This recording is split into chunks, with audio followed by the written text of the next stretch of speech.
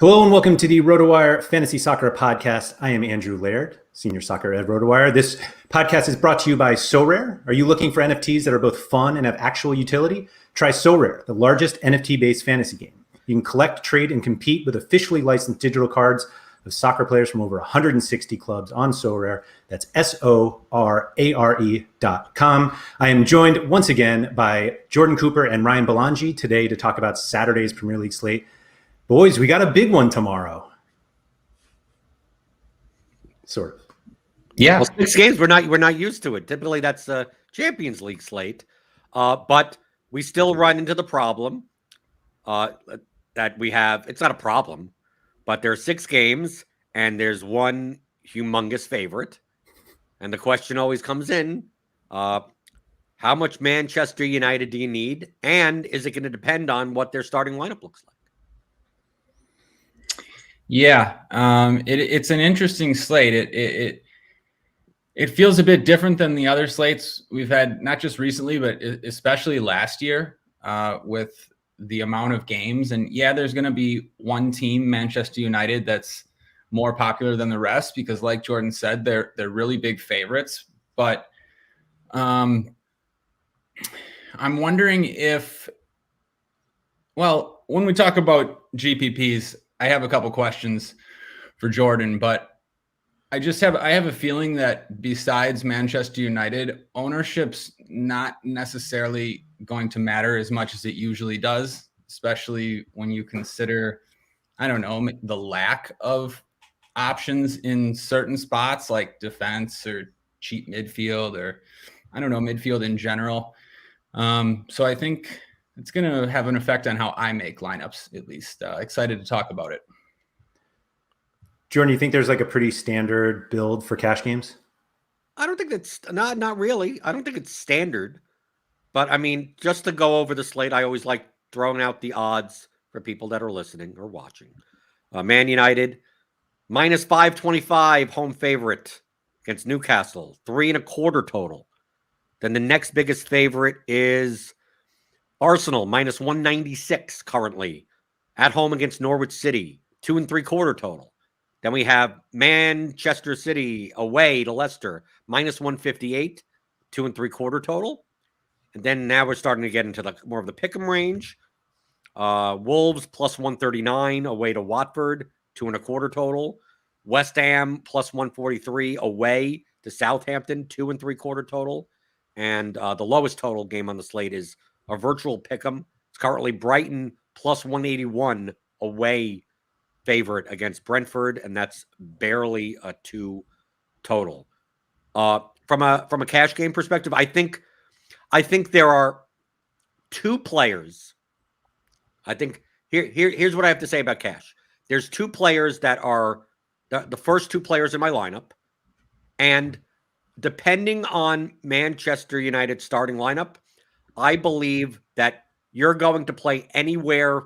If you play anywhere from 2 to 4 Man United players, I think that's viable. I think I'm more likely to play 2 than play 4, but it really depends on what you're going to be doing at your forward position. But I think there's a defender and a midfielder that you're just putting in your cash lineup and you're starting from there.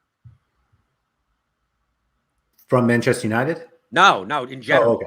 Right. I think you're putting in Luke Shaw and you're putting in James Ward-Prowse, and then you're building your lineup. And at the forward position,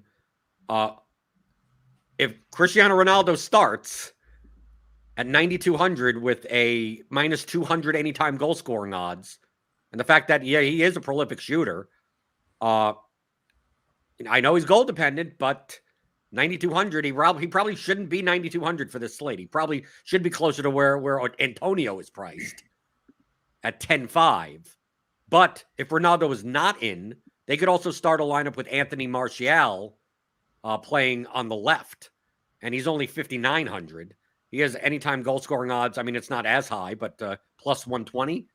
But to have a $5,900 wide player from the biggest favorite on the slate by far, with one of the top 6 goal scoring odds on the slate, like if they all start, do you think that you're just plugging in Martial, Ronaldo, Shaw, and the fourth guy would be De Gea if you pay up a goalkeeper? I think it's all reasonable. I think Martial is going to be the least popular of that group, at least in cash, but I don't think it necessarily is a bad play. So like the Ronaldo thing, it feels like a Champions League slate. Like if this was, last season and we had Juventus a minus 500 favorite on a Champions League slate and Ronaldo's 9,200 with minus 200 goal score odds, he's absolutely in play. And yet when it's a Premier League slate and it feels less, I don't know, it just feels less viable, but it makes every reason we play him on better slates is a reason to play him now. And for higher cost, I mean, some of those Champions League slates, he'd be 11-4. Right. And you're still playing him in your cash game lineup. So do you think he is just as popular in higher stakes cash than lower stakes? I think I don't think there's going to be that big of a gap. But like I said, this is all predicated on him starting. He may not start, right? He may come off the bench or whatever. Wait, you're not going to play him in cash if he doesn't start, right? Yeah, but it'll affect the rest of your line. I mean, what I'm saying is that it affects the rest of your lineup. I don't think if you plug in Ronaldo into your dummy cash lineup and then an hour before lock lineups come out and he's not in, I don't think you're just going down to Pascal Gross and moving your goalkeeper up to 300. I think your construction may be different. So that's why I say that, like, playing Martial at 5,900, like, that makes your construction different. If he's not in, that doesn't mean you're going to be replacing him with who's here, Bernardo Silva, and calling it a day, right? Like, so to me, these decisions matter. I think the odd man out, if they both start, is Mason Greenwood and Bruno. Well, Bruno Fernandes is only midfield eligible. I know, Ryan, in your article, you talked about Greenwood, that this was last year, like early last year, it'd be like 10-2 for Greenwood. Why the hell would I want to do that? But he's playing like almost 90 every game. He has a share of set pieces, not as much as Luke Shaw. He is forward eligible, which helps him. But I mean, on this slate, the midfield slots don't have that high of an opportunity cost, but the forward slots do. So if Ronaldo is not in, or if he's in, I mean, I don't think I play Greenwood over Ronaldo if I had to choose between the two. But if Ronaldo's not in, I mean, I'm not a big fan of paying 10-2 for Greenwood. I think there's a better construction on this slate for cash games at least. But based on your article, Ryan, Greenwood's viable at least, right? Yeah, I think you broke it down. Yeah, really good. So if Ronaldo's not in, 10-2 seems like a lot for Greenwood, but I think I would play him in cash. Like you said, I'm still kind of banking on 90 minutes. I at least think he's not one of the first to get subbed in most of the lineups that they roll out, even with Ronaldo on the team. Obviously, that's still risky. 10-2 is a lot, but set pieces and goal upside, and I don't know, like, who else do you want to play? I understand that you said there's a different construction, and that may be true. If there's a lack of, appealing cheap options, it might be better to go with like a more balanced style. As far as Martial, I'm someone who always makes these kind of plays, especially with Martial when they're, around like 6K on big favorite. But him specifically, he feels trappy. I know he has upside, but I don't think I could go there in cash. You definitely need a goal. He doesn't have a floor, I don't think. Even in these matchups where they're, minus 500 at Newcastle.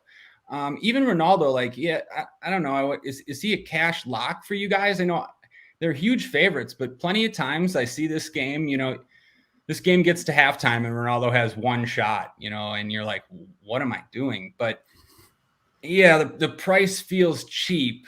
But it's not like we don't have options, Ryan. Like Andrew, I like the construction.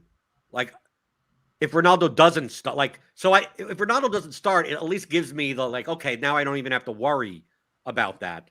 But I like the construction when I'm paying like 7,900 or below for my forward spots, because I see guys down here like Sarr, like Traore, like Bowen.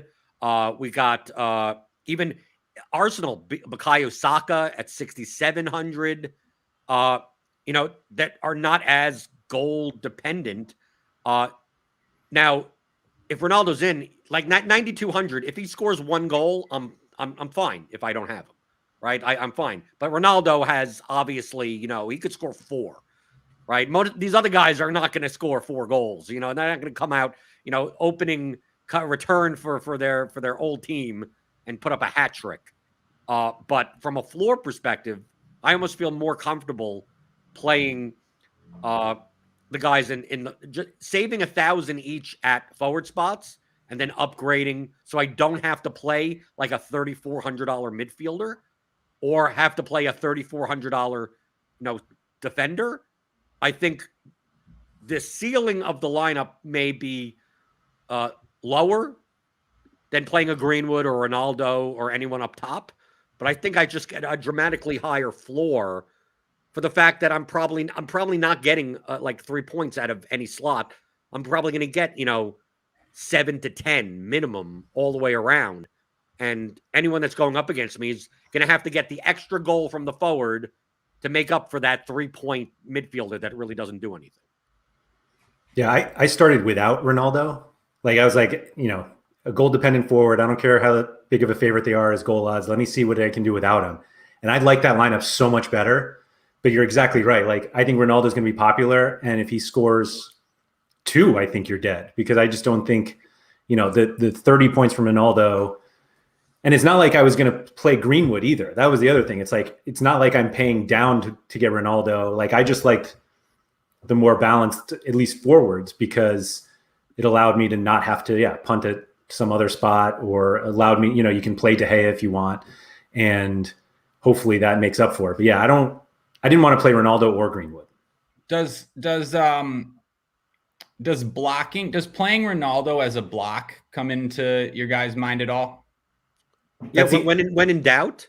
I mean, I do this in all sports. It's like if you have a toss up, if you have a 52-48 type of decision, I mean, if it comes down to it, I'll play Ronaldo. I'll play the construction with Ronaldo just so my entire slate is not decided by that one slot. But it's not, to me, it's not something I prioritize. Right. I'm weighing between the two. And if I figure that let's say in double ups, if I think Ronaldo is going to be 65% owned, like then it creeps up more to, I should lean more towards that side, just not to get crushed. But like, if he's only going to be 35 or 40% owned, like that still makes up all the spots of a double up. So like, it's when it gets past that like 50% mark, where it's like, if he scores 28, like everyone above me will have him. And I can't possibly get the 6th spot in an 11-man double up or something. Like that's kind of that's where the baseline is for those types of decisions. So like 40% own Ronaldo, like I'll play whatever I think is best. I think the difference also there is that usually in those situations, when it comes to a block, I feel like I'm looking at a different player in the same salary range. But my construction is completely different if I don't play Ronaldo. And so it's not only am I trying to hope that it's not I hope this one guy outscores Ronaldo or else my slate is dead. It's like, no, I actually have, it's cash. So it's not going to be completely different, but like I have a number of guys that can try to make up for that. So that was the little difference. But that particularly means that I'm not going from Ronaldo to Greenwood. It's that I'm going from Ronaldo to two of those, two of the ones that Jordan mentioned before, Traore or Sarr or Bowen and guys like that. Yeah, no, I think you guys hit it on the head. If I was comfortable with a 3K midfielder, I would play Greenwood. I think it's worth it, but it looks like that would be a stretch to punt at midfield, and you may be hurting yourself paying all the way up. So I guess it depends on what lineups we see, but balanced build seems a little bit better if Ronaldo doesn't start. Andrew, for cash games, we mentioned James Ward-Prowse. Slot him into your midfield spot.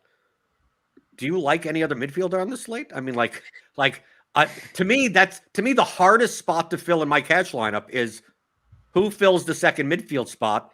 And the more and more I build, it ends up being a guy that's also forward eligible. Yes, I completely agree. Like it's very strange in the slate, and obviously pre-Ronaldo, we would have had more of a discussion about Bruno. And I think Bruno Fernandes was a reasonable fade anyway because we have Shaw. And so, with Bruno without all of the set pieces, we don't expect him to have penalties if Ronaldo's there. So usually I feel like on a slate like this, we would play, or, a year ago, we're playing Bruno and James Ward-Prowse and trying to figure out the rest from there. But yeah, there's really nobody that I was dying to play. Like, I think there are guys that I would like to play, but they're either too expensive. They're usually just too expensive. Like, it doesn't make sense. Like, I think if he's in an attacking role, Pogba's great, but I'm not going to pay $7,300 for him in cash. Even in that role, I mean, like, he would have to be an attacking role. If he plays alongside Matic as the double pivot, like $7,300 is just laughable. Right. But it's like, I'm probably not playing Pogba in that position at $5,300. Right. So it's like, but like everybody else, yeah, it's just. It seems like whatever second midfielder that I'm playing, it feels like I'm playing a GPP lineup. Like it's going to be someone that, and this is what I've been doing this for a while, this whole year, even before, last season, not playing, like, we have Joe Matinho at 4,800, like getting away from those types of players and playing someone that has much more upside. So like Matinho's 4,800. And I know we have someone that mentioned in chat, Thomas Souček is 4,800 also.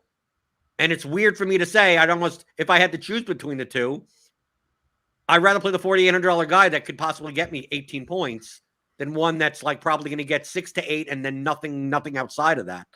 So I'm looking in that range. I'm looking at guys like, scrolling down, there's not much down here, right? Look at Madison's 4,900. Wow. Imagine this was 2 years ago and you said that. Yeah, right. But even like, I don't even mind playing Miloš Rajička against Arsenal at 5,000. I know he's forward eligible also, but it's not like Arsenal are the greatest team in the world either. But like it's just that this range is Ruben Neves. You got Alex McAllister. Is there anyone down in this cheap sub 6K midfield range that you even feel comfortable with, like, at all? Like that is just midfield eligible. You throwing João Moutinho out as an option just explains the entire cash slate. Well, you can still play him. There's not many other choices. That's why I'm like, do I really want to play a lineup with a construction where I have to play João Moutinho at 4,800? Does that mean you're more likely to literally just punt it? Like, I was just saying, no. What I'm saying is I don't have a construction that has a midfielder. Oh, okay. I'm most likely in my dummy cash builds that I've been working with, I've primarily played someone that's forward eligible in that second midfield spot, and I play 3 defenders. Yeah, so you're not going 3,000 Billy Gilmore or something like that. No, right, exactly. I'm basically, but those lineups don't have Mason Greenwood. That type of lineup most likely doesn't have. It could have Cristiano Ronaldo. You have to punt at one defender spot and go down at goalkeeper, so you could get it done. But I'm talking about the lineups that don't have Ronaldo. Basically no one in my lineup is higher than James Ward-Prowse. Like James Ward-Prowse is 8,000, and he's the most expensive player in my lineup. Yeah. Andrew, you kind of took the words out of my mouth. We're poo-pooing all these midfielders and, really stretching to try to figure it out. Starts to make you think about playing a Billy Gilmore and paying up at forward. I'm not so sure that's optimal, but when the opportunity cost is lower, it might not hurt you as much. But when I was playing around with a cash build too and trying to figure out what I would go with, I agree with you guys. I ended up with a forward eligible player in the second midfield spot. But the defenders on this, to me, I find that the defenders at their prices are better than the midfielders at the same prices. Like, I take a look, like we mentioned Shaw. I think Shaw is going to be the highest owned player on the entire slate. But like, I'd rather play. I think I'm not a big fan of paying 5,800 for Cresswell, but he's better than the $5,800 midfielders. Like, I'd rather play Cresswell. Tierney, 5,700. I'd rather play him. Canos for Brentford, 5,500. Maybe not Richie because they're the biggest underdog on there's 12 teams on the slate. But I'd almost rather pay up there. And then you go down and like Livramento, Messina, who has some set pieces. Yep. If Cedric starts for Arsenal, $3,800 for him. I mean, it seems like I'd much rather play. I mean, even the Wolves wingbacks like Semedo or Marcal, I feel much more comfortable with those guys than the midfielders that are at that same price. So given that you have a utility, I think I'm more likely to play one of these guys in a utility spot than a midfielder. I totally agree. I really don't want to play it. I want to play one midfielder and that's it. I mean, Ryan, you have to agree with me because even for GPPs, you're more likely to pay up for the defender spots because just most of the defenders in the pool don't have high ceilings, so you get a bigger edge against the field in your lineup by having two defenders that have double digits in them. Definitely.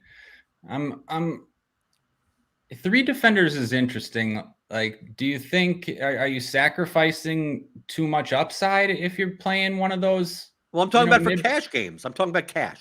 Yeah. Okay, cash. It works perfect. Yeah, I like those. I like all those defenders better than the midfielders. Also, you're right. It works perfectly. So we're not playing Billy Gilmore? Just to be clear? Well, you can play Billy Gilmore. Feel free to play Billy Gilmore. I don't know. Like, if Ronaldo didn't start, like,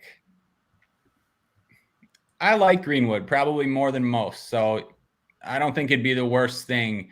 Listen, if you're like, think about just, deciding to lock in a Livramento or Messina because, like, in your mind, they're just so much better than Billy Gilmore.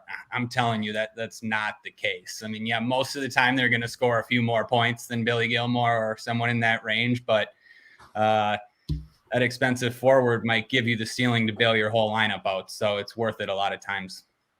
Does Ronaldo not starting push you at all to Bruno?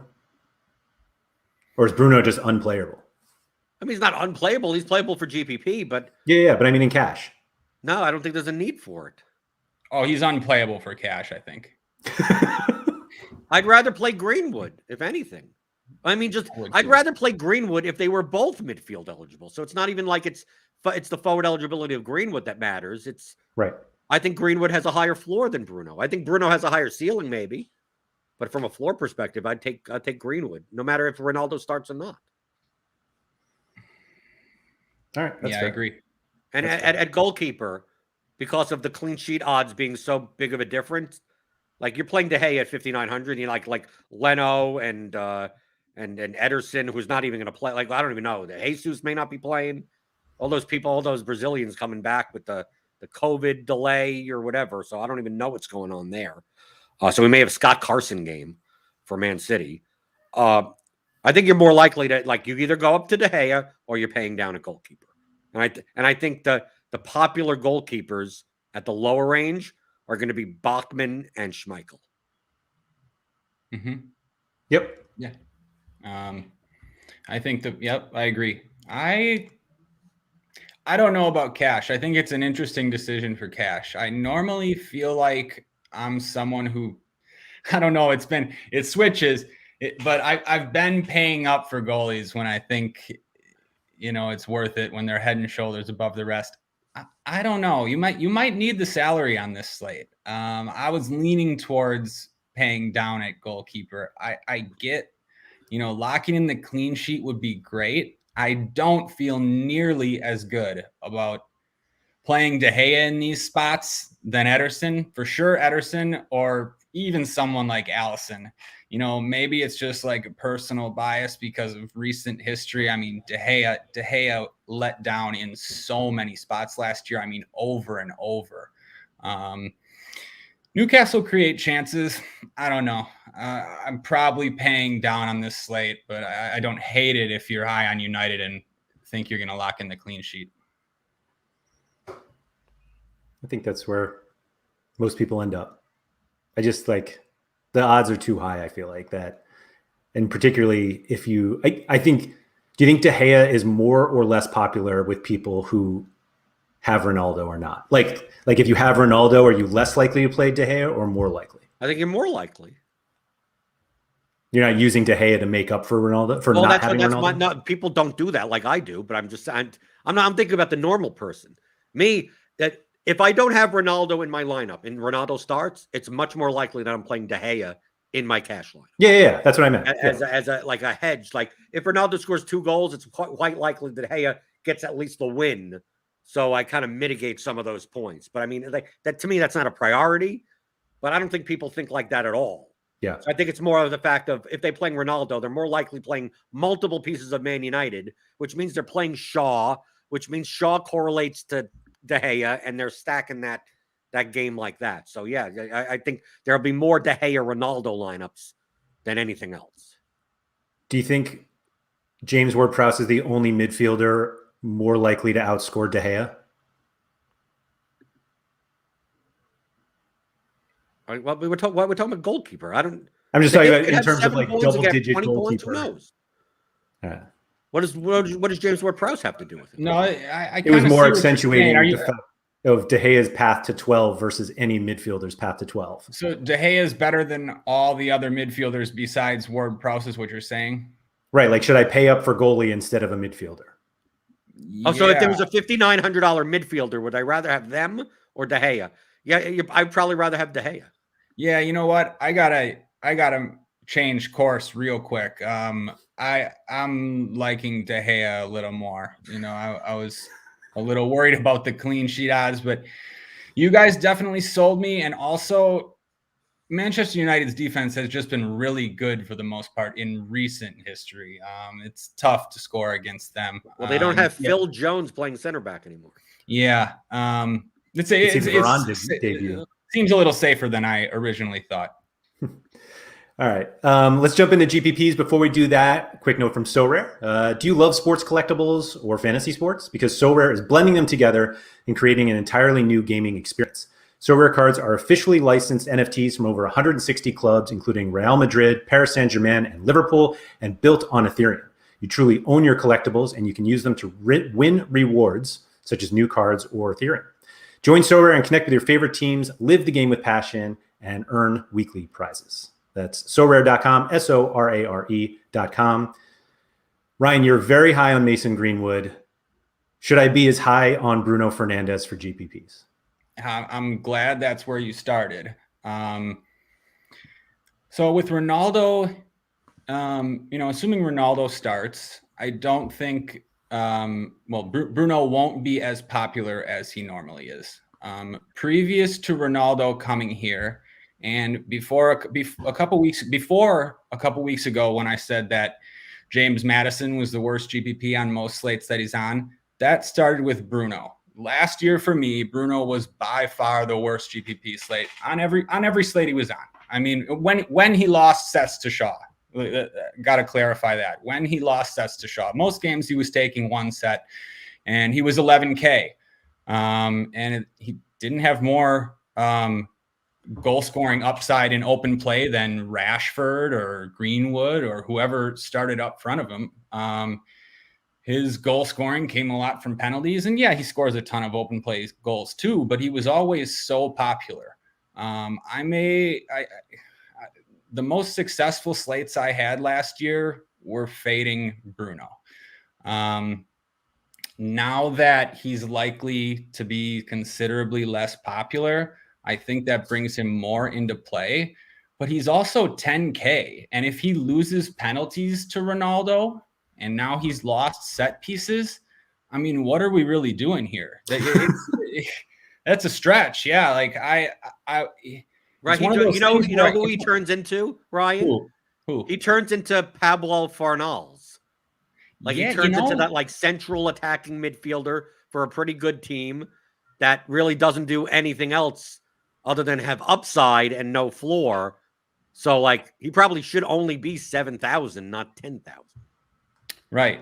Yeah, you said it. Like he of course he has a ton of upside. We saw him score a really nice hat trick against Leeds the first game week. He's got that in him. He's a great player.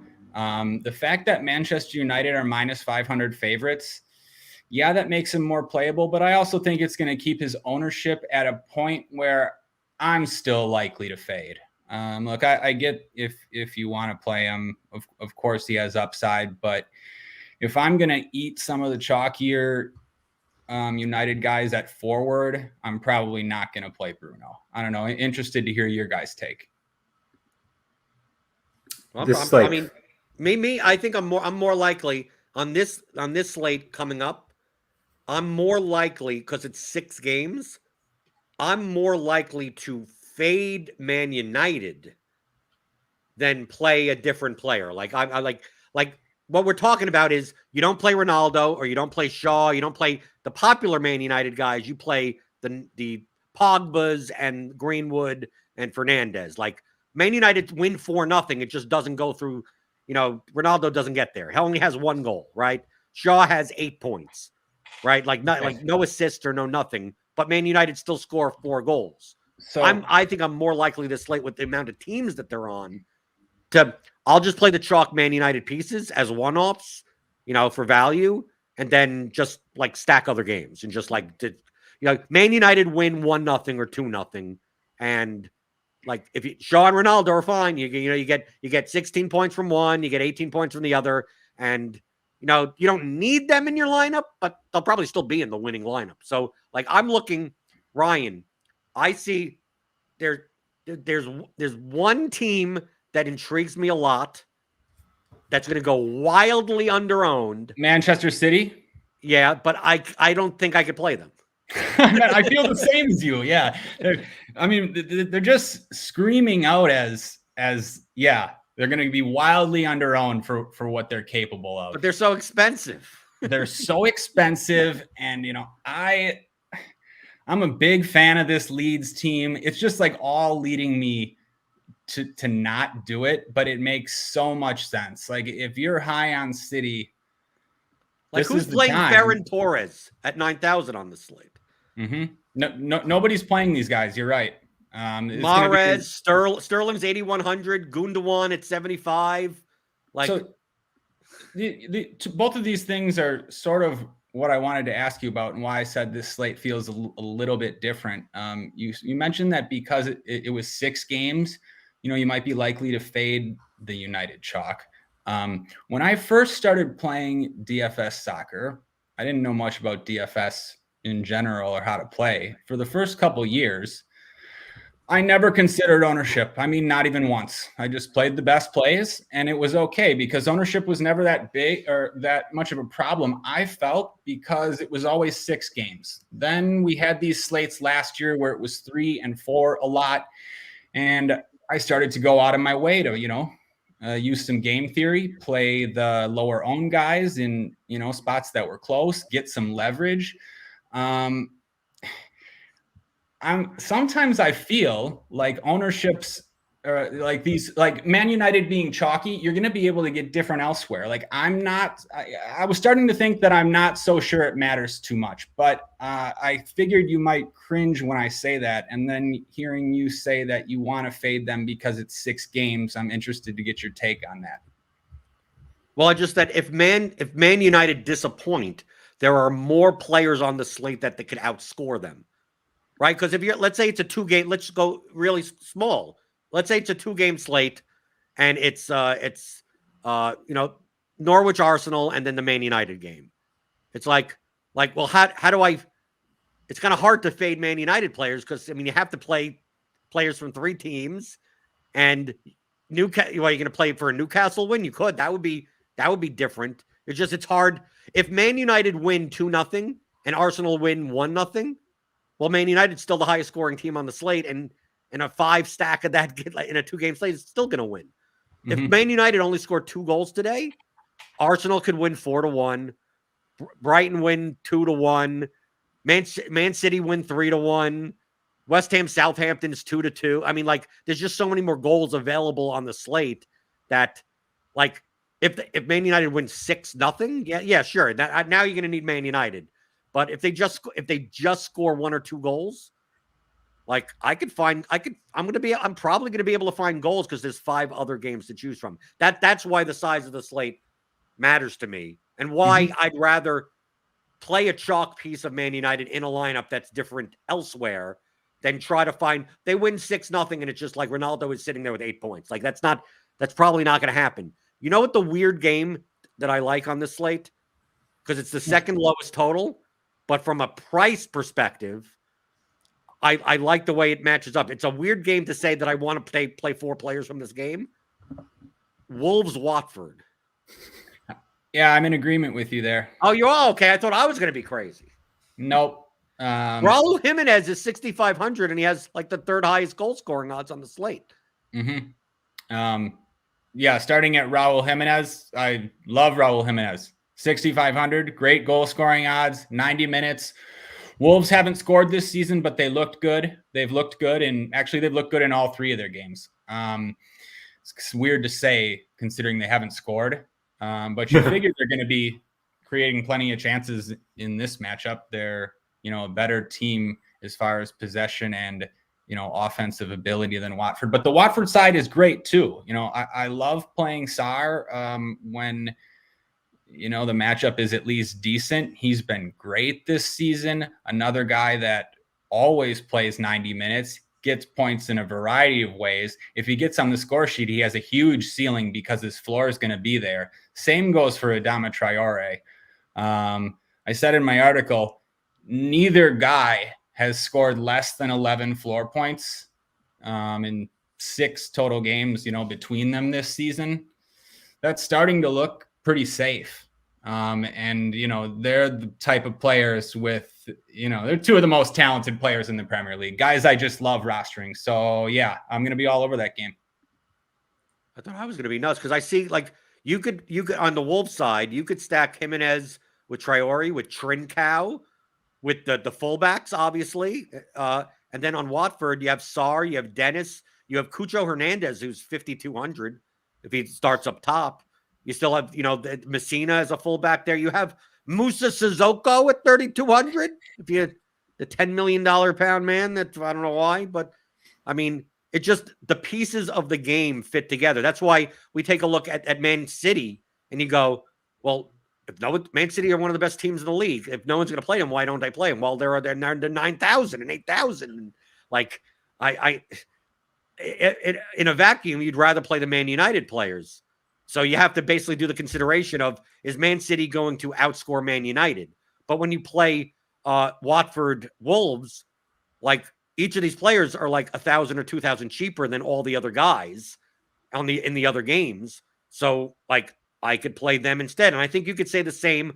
Ryan, what is your thoughts on Arsenal stacks, especially if Lacazette starts up top? I would like Lacazette if he starts up top. Yeah. I like Saka too. Arsenal in general.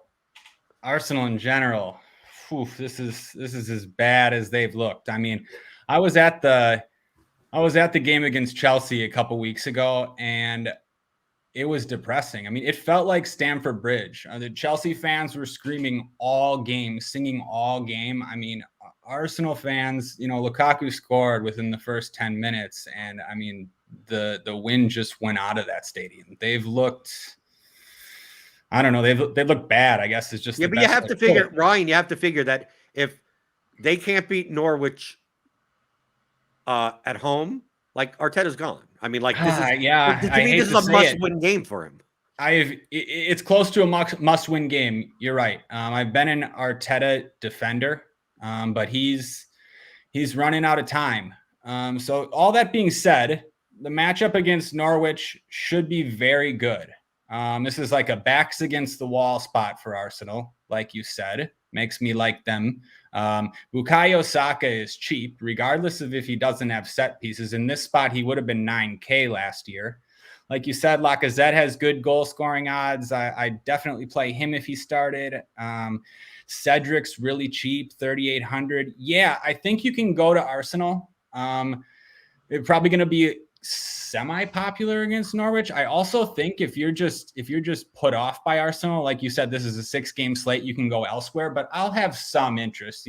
Being an Arsenal fan, I do tend to roster them in these spots. So I'll have some of them. Do you have minutes worries for everyone though? Yes. Literally everyone who you would play is a sub risk.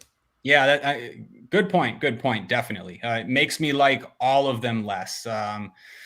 It's why I would lean towards the forwards like Aubameyang and Lacazette, because you're not as worried like about the floor. They can get their goal and get subbed off. But yeah, as far as any of them being safe, no, they're all sub risks. You're right. The one guy so he's questionable, and now I guess maybe there's been some news, but it doesn't seem like he's going to start. But it would have been my favorite play, and he still would be. He's the only guy in that attacking four that's played 90 minutes in every game this season, and that's Samuel Smith-Rowe. And at 5,100, the cheapest out of all of them. And he's a player that I just feel like people don't like to roster, but 5,100 in this matchup, and like you said, safer than all the Arsenal players. If he starts, give me some Emile Smith-Rowe. If he doesn't, they're all very risky. Yeah, I feel like he just fits in that easy bucket of you could just you're blindly playing him, but it's like an attacking midfielder for a big favorite with a high implied total, and he's 5,100. You're right though. You kind of blindly playing him, in a way. How about the lowest total game on the slate? Brighton-Brentford. The only thing that interests me in this game, I'm just not going to play Pascal Gross at 8,900, especially if he's going to be playing as like a modified wing back type of thing. Like it would have to show that he's playing in the front three. And even then, for a ceiling perspective, I think there's so many more players that have 20 plus point ceilings that Gross doesn't at 8,900. He may still get you 12, 13 points. That's fine. But in GPPs, I'm looking for a little bit more upside than that. So I'm not that interested in Brighton, but I am interested in Brentford playing like a combination of Canos at defender and Tony for 6,300 at forward. Because like me and you, Ryan, we kind of think the same way. Where can we find cheap goals so then we could jam in as many floor, high upside players, high floor, high ceiling players in the rest of our lineup? And just like Jimenez at 6,500, I think Tony fits that bill almost as much. It's just that the game environment in and of itself, I'd much rather play Jimenez over Tony, but Tony still has plus 175 goal scoring odds. So just for the price, pairing him up with a high floor, high ceiling defender, and then even playing, the goalkeeper with them, I like that 3-man stack. I'm with you on this. Even though it has the lowest total, I was a little disappointed in myself that I didn't write up a couple of these guys in the article. I just kind of brushed over the game, but you're right. I think there are some spots here. Tony, I agree with you. But it comes down to not loving the other spots. The thing about Tony, quickly, there's plenty of times where Tony scores on this slate and someone like Raul Jimenez doesn't. So he's a great option. Farther down, going off what you said about trying to get a goal from a cheap guy and then just making the rest of your lineup look good, I'd be okay with Mbeumo or Trossard for that same price, 54, 53. It was nice to see Trossard take 5 shots and play 90 minutes last game. The Mbeumo, the set pieces aren't something I'm going to worry about. You're not playing him for that. He's only taking 1 or 2, 3, even if he does. But he has open play value too. This is a talented player. He's going to score goals in the Premier League this season. And also, people aren't going to play these guys. They're not going to play them because the total's low, and they're not going to play them because they haven't done anything this season. So I absolutely have interest in, Tony, maybe Canos. Then I sort of like that Mbeumo Trossard 5,400, 5,300 range if you need it. This feels like a game that we would want a lot of pieces from later in the season when all these teams at the top of this odds report are playing Thursdays, except Arsenal, of course. But those those classic Jordan Cooper slates where there are no goals scored, and where we look at you're like, my favorite game, Brighton Brentford, and I'm like, yeah, let's do it. We get all these stupid floor points in, but this just doesn't feel like the slate to do it. No, you're right. Is this the slate? Is this the slate that you pay up for overpriced Mikel Antonio to be different? I'm going to answer that before, or I'm going to take Ryan's answer a little bit. I thought that's where you were going with the Greenwood thing when I was reading your article.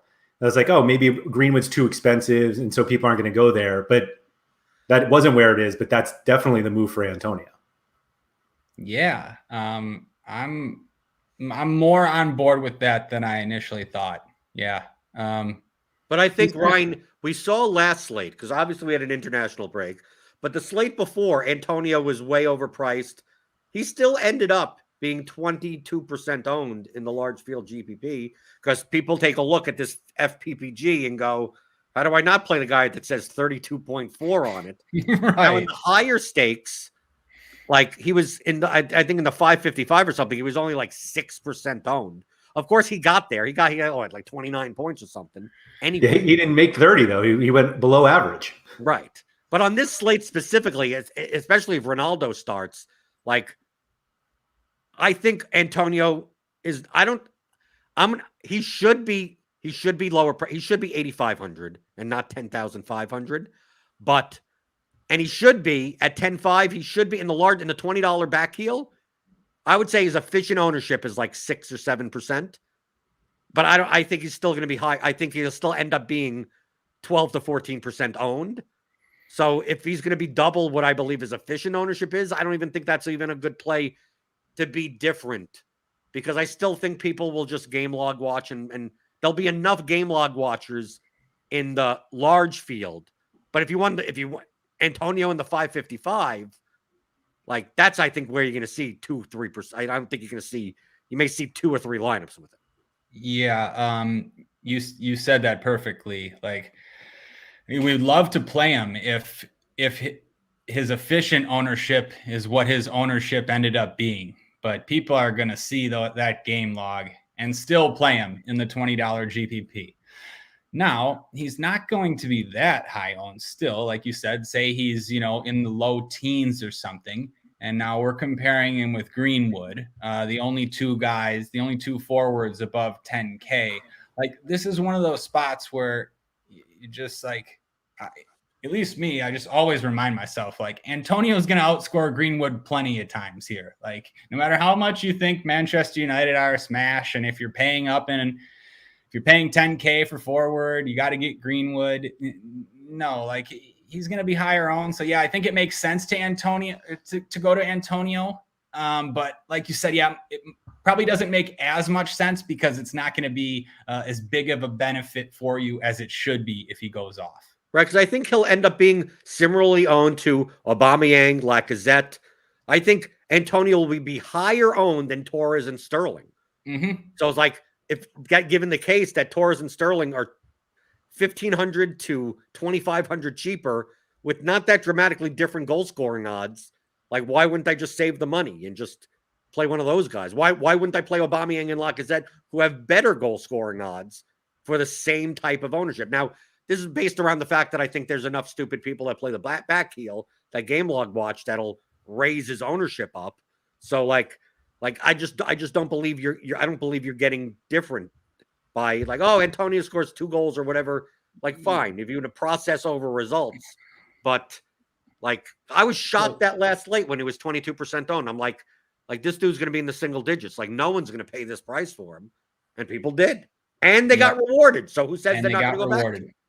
Yep. Yeah, no, I agree with you. So if you're right and the ownership between Antonio, Aubameyang, and Lacazette is similar, then give me those Arsenal guys all day. Going into this slate, I figured that the Arsenal forwards would be double Antonio. I kind of still think they're going to be higher. I don't know. I think people look at a home matchup against Norwich and a name like Arsenal and, Aubameyang and Lacazette way cheaper than they would be in this spot in last year, for instance, I kind of feel like they'll be higher owned than Antonio, but man, I don't know if they're not, like you say. Yeah, give me the Arsenal guys. But you really think people are going to play players from the last place team in the league? Yeah, because their name's Arsenal and their opponent's Norwich, but Norwich is higher on the table. They're both fighting against relegation. It's fighting relegation. Yep, that's true. They'll be playing each other next year in the championship. Right, this is a relegation 6-pointer. That's really it's a lot at stake. Do you guys think that Antonio makes people look for the other West Ham pieces, or do I should play Antonio, or is it like I actually want West Ham and maybe I'll go play Fornals or Ben Rama? Nobody's playing those other guys. Are barely going to be owned. Yeah, nobody's playing those guys. I think Bowen will be owned out of West Ham, out of all those players. I think it's more likely people play Bowen plus Antonio, or maybe Cresswell plus Antonio, that type of lineup, than play Benrahma or Fornals. I think those guys go that sitting there at 2%, 3% ownership. Andrew, yeah, that's a great point, though. That makes Benrahma and Fornals good GPP plays. They're going to be overlooked for sure. So, yeah. They're also overpriced. They're also... Yeah, they're definitely overpriced in relation to the slate. So they're not going to be owned, and yeah, good GPP plays. And about like the pairing thing, I don't know what people are going to do. I don't think you need to though. You can one off these guys. I don't know.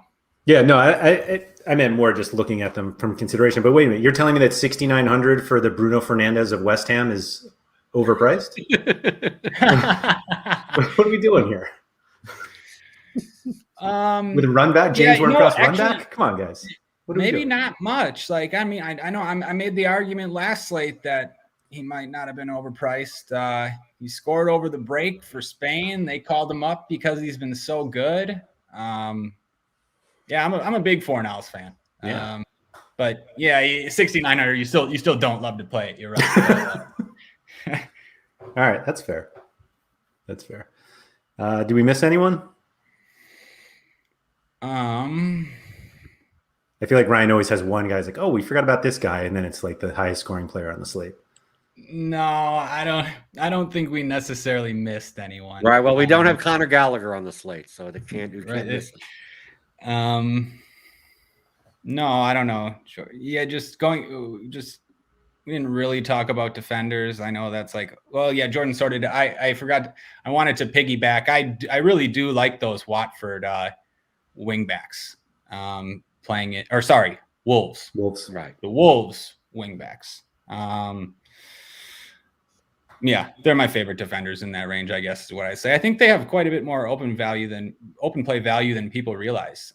Maybe it's with this new manager, but they're getting forward. They're sending in crosses whenever they can, especially Marcal. I mean, Marcal's putting in crosses to Raul Jimenez whenever he gets the chance. So I think those guys are okay. I don't think this really qualifies as missing anybody, but because the midfield options aren't great, and even the pay down forward options aren't great. If you want just guys that aren't going to be owned, you could look at some of these Leicester guys. That's all I'm going to say. They get up for these big games. Oh, you're going to lose money with Harvey Barnes again? Oh man, that was painful. 4,500 now though, and no one's going to play him. Yeah, I don't know. I mean, I'm not saying I'm going to play him either, but I don't hate it. Leicester score in this spot quite a bit, I think. So I don't mind it. This feels like a big Jamie Vardy goal game. Oof, yeah, it really does. It's talk about a guy I'm not going to play, but yeah, he seems to show up in these spots sometimes. Mm-hmm. I think it's more goals against the top six than in like anyone in the history of the world. I think you're right. Leicester get up for these big games. They're going to score. And then lose 5-2. But they'll win. Or they'll score anyway. No, they did lose 5-2 last year, yeah. Yeah. Didn't they win 5-2? Or they lost at 5-2? I guess I don't remember. I just know it was 5-2. I thought they lost, but I could be wrong. Maybe they lost, yeah. No, they won 5-2. Yeah. Vardy hat trick. Oh. Madison and Tielemans. Here we go. That makes me if feel it happened then, it has to happen again. 5 goals against City. 5 goals against City. So, yeah, the cheapest team on the slate, they scored 5 against this team last year. So, they own them.